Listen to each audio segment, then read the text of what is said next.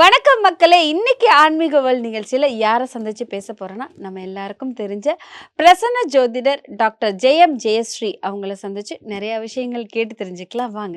வணக்கம் மேம். வணக்கம்மா. ஸோ எல்லாரும் கேட்கக்கூடிய ஒரே கேள்வி தான், அந்த கேள்வியை தான் நான் கேட்க போகிறேன். வருஷம் பிறக்க போகுது அப்படின்னாலே, என் ராசிக்கு எப்படி இருக்குது, என் நட்சத்திரத்துக்கு எப்படி இருக்குது, இந்த வருஷம் எனக்கு நல்லா இருக்குமா அப்படின்னு சொல்லிட்டு நிறைய கேள்விகள் வரும். வருஷ பிறப்பு அப்படின்னாலே காலையில் எழுந்தவுடனே நம்ம பார்க்குற முதல் விஷயம் ராசி பலன் எப்படி இருக்கு, காலண்டர்ல நம்ம ராசிக்கு என்ன போட்டிருக்காங்க, இன்பம் துன்பம் கவலை அப்படி போட்டிருப்பாங்க. ஸோ எப்படி இருக்கும் அப்படின்னு தான் பார்ப்போம். எல்லாரும் முன்னாடி எப்படின்னு தெரியல, இப்போ பார்த்தா எல்லாரும் ஜோதிடர்களையும் நம்ம ராசிக்கு எப்படி சொல்ல போறாங்க, நம்ம ராசிக்கு என்ன ப்ரெடிக்ட் பண்றாங்க அப்படிங்கிறத ரொம்ப எதிர்பார்ப்போட கேட்க ஆரம்பிச்சிட்டாங்க.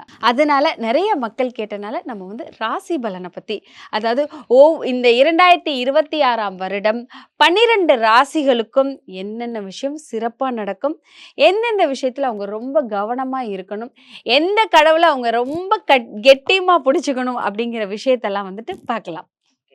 2026 நம்ம ஃபர்ஸ்ட் நம்ம புது வருஷங்கிற அதுல தமிழ் மாதத்துடைய வருஷங்கள் தான் ரொம்ப சிறப்பு. ஆன்மீக வழியில பாத்தீங்க அப்படின்னா இப்ப எல்லாரும் சொல்லலாம் அப்படி இருக்கு இப்படி இருக்குன்னு. என்னமா முழுமையா எடுத்துக்கிட்டோம்னா அந்த புது பலன் அப்படிங்கிறது சித்திரை மாதத்துல இருந்து வரக்கூடியது. அதுல இதுதான் பஞ்சாங்க மாற்றம். எல்லா மாற்றங்களும் அதுல இருந்து ஆரம்பிக்குது. அப்ப சூரியன் என்னவாக இருக்கிறார், கிரகங்கள் எந்த பதவி ஏற்குது. இப்ப செவ்வாய் சேனாதிபதி, சூரியன் ராஜா இப்படிலாம் சொல்றாங்களா. அப்போ அந்த பஞ்சாங்க மாற்றத்தின்படி இவங்க என்ன பதவி ஏற்கிறாங்கன்னு வச்சுதான் நம்மளுடைய அந்த வருடம் பூரா இப்படி இருக்குங்கிறது. ஸோ பஞ்சாங்கம் அப்படிங்கிறது ரொம்ப முக்கியம். ரொம்ப முக்கியம். தினம்தோறும் பஞ்ச அங்கங்கள், திதி, கரணம், நட்சத்திரம், ராசி, கிரகங்கள் ஏதாவது சொல்லிட்டு வந்தா நம்மளுடைய உடம்புல இருக்கக்கூடிய அனைத்து விஷயங்களும் தீரும். நம்மளுடைய கர்மாக்கள் குறைஞ்சுக்கிட்டே இருக்குமா. இப்ப கோயிலுக்கு போக சொல்றாங்க அப்படின்னா அங்க சும்மா போக சொல்லல. அந்த கோயில் கடவுளை நீங்க பாக்குறீங்களோ இல்லையோ, போய் மனதார வேண்டுறீங்களோ இல்லையா, அங்க கால் மிதிச்சா உங்க கர்மா கொஞ்சம் குறைஞ்சுக்கிட்டு நீங்க வீட்டுக்கு வைப்ரேஷன், அந்த ஆட்டோமேட்டிக்கா அந்த ஹீலிங் உங்களுடைய பாதத்தின் வழியா வரும். இது எல்லாம் நம்ம நிறைய தெரிஞ்சுக்கோ. அதனாலதான் நிறைய பேர் கோயில் கோயிலா போறாங்கன்னு சொல்றீங்க. அப்ப சொல்றாங்க, நான் இவ்வளவு உழைக்கிறான், எனக்கு எதுவுமே கிடைக்கலாம், ஒண்ணுமே செய்யலாம், எல்லாம் கிடைக்குதுன்னு. அவன் ஆட்டோமேட்டிக்கா அவங்களை அறியாம சில விஷயங்கள் நல்லது பண்ணிட்டு இருக்காங்க. ஸோ இது எப்பவுமே எண்ணம் போல் வாழ்க்கை அப்படிங்கிற மாதிரி குட் வைப், நல்லதே நினைக்கணும், நல்லதே செய்யணும். ஏன் அப்படின்னா நம்ம வீட்டுல 24 மணி நேரம் பூஜை புனஸ்காரம் பண்ணுவோமா? இல்ல.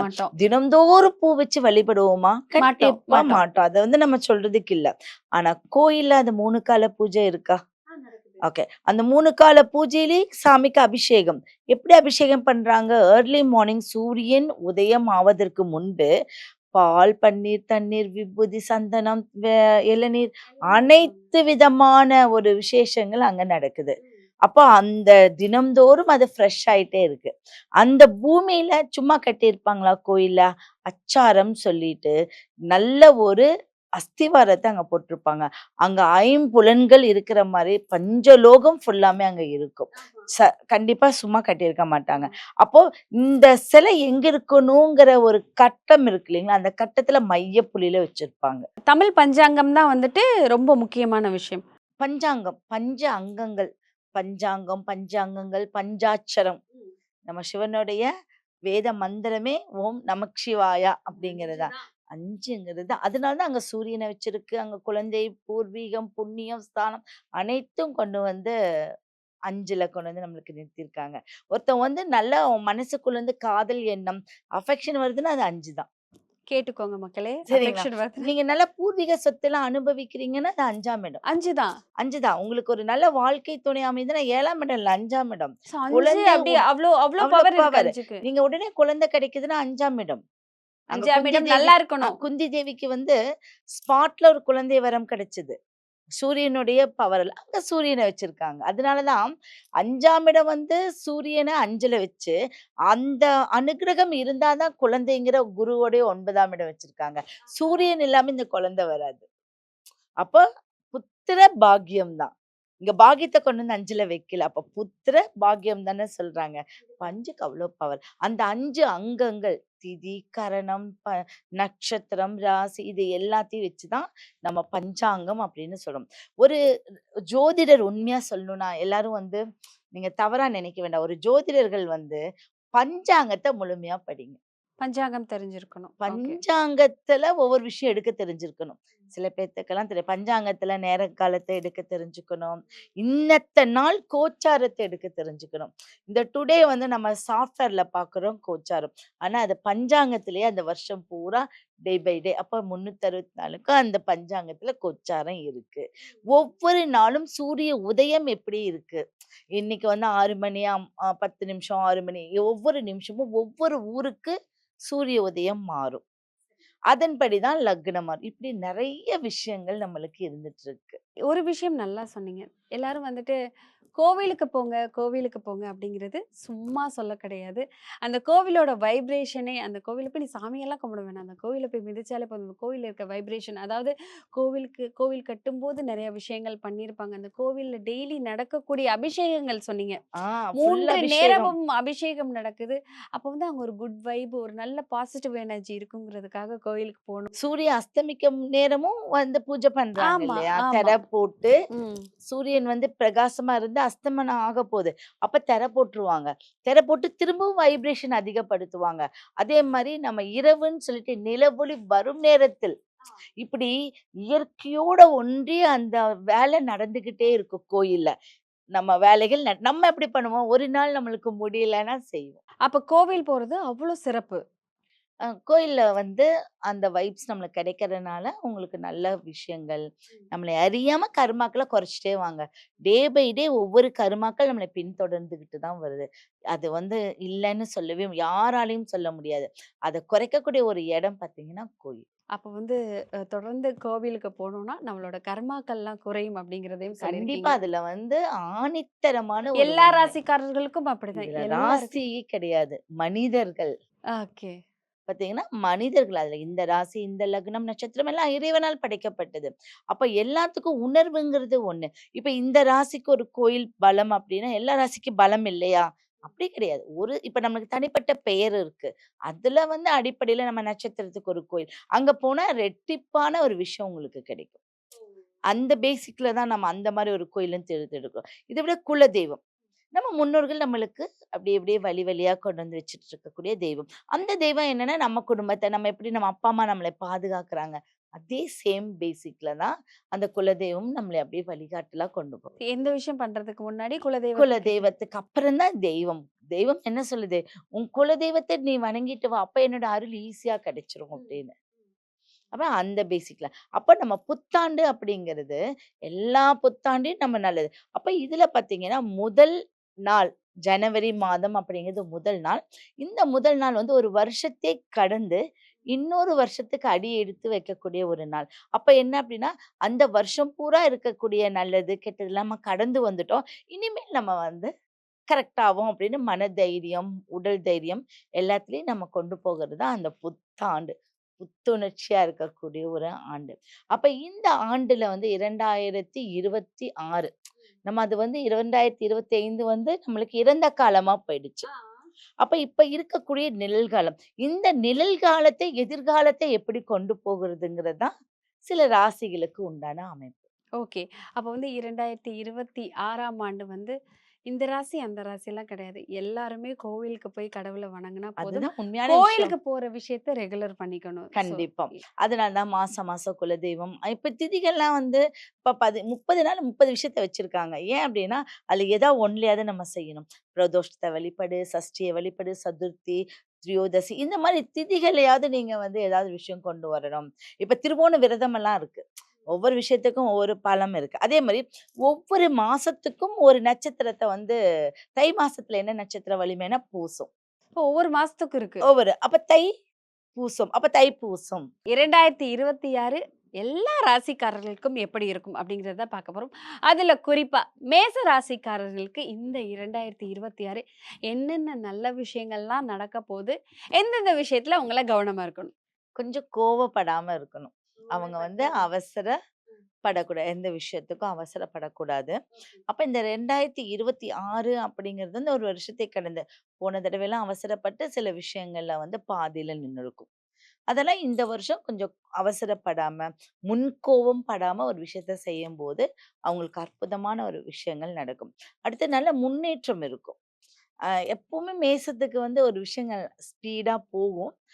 ஆனா ஒரு கட்டத்துல டவுன் ஆகும்போது என்ன ஆகும் அப்படின்னா, அதுலருந்து திரும்பி மறுபடியும் வந்து அத ஜெயிக்க ஆரம்பிப்பாங்க. அது வந்து அவங்க கிட்ட இருக்கக்கூடிய தனித்திறமைன்னு என்னதான் சொல்லுவாங்க. வந்துட்டு எவ்வளோ அடி வாங்குனாலும் திருப்பி எழுந்து ஓடுவாங்க அப்படின்னு சொல்றீங்க. ஸோ அந்த இடத்துக்கு கண்டிப்பா. வந்துருவாங்க.